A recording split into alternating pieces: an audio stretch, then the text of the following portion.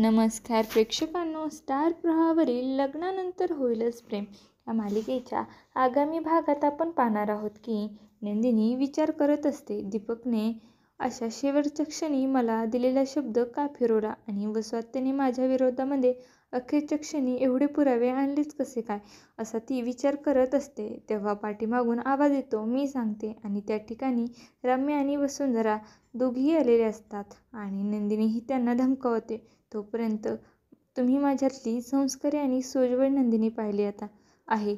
आता माझ्यामधली खरी नंदिनी तुम्ही दोघी पहा आणि हाताला हात धरून उभे राहा, कारण आता खूप मोठं वादळ येणार आहे. आणि तेव्हा रम्या व वसुंधरा दोघीही आश्चर्यचकित होतात, नंदिनीकडे पाहू लागतात.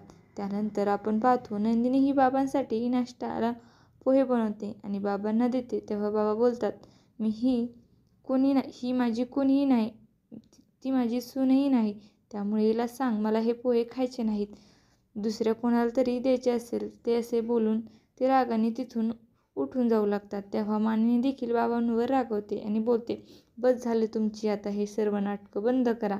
तेव्हा बाबा देखील मानिनीवर उडून बोलतात, नाही, आता हे नाटक कधीच बंद होणार नाही. आणि तेव्हा नंदिनीला देखील खूप मोठा धक्का बसतो.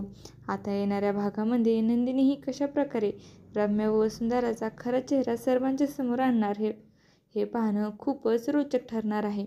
तुम्हाला जर आपला व्हिडिओ आवडला असेल तर चॅनलला लाईक, शेअर आणि सबस्क्राईब करायला विसरू नका. धन्यवाद.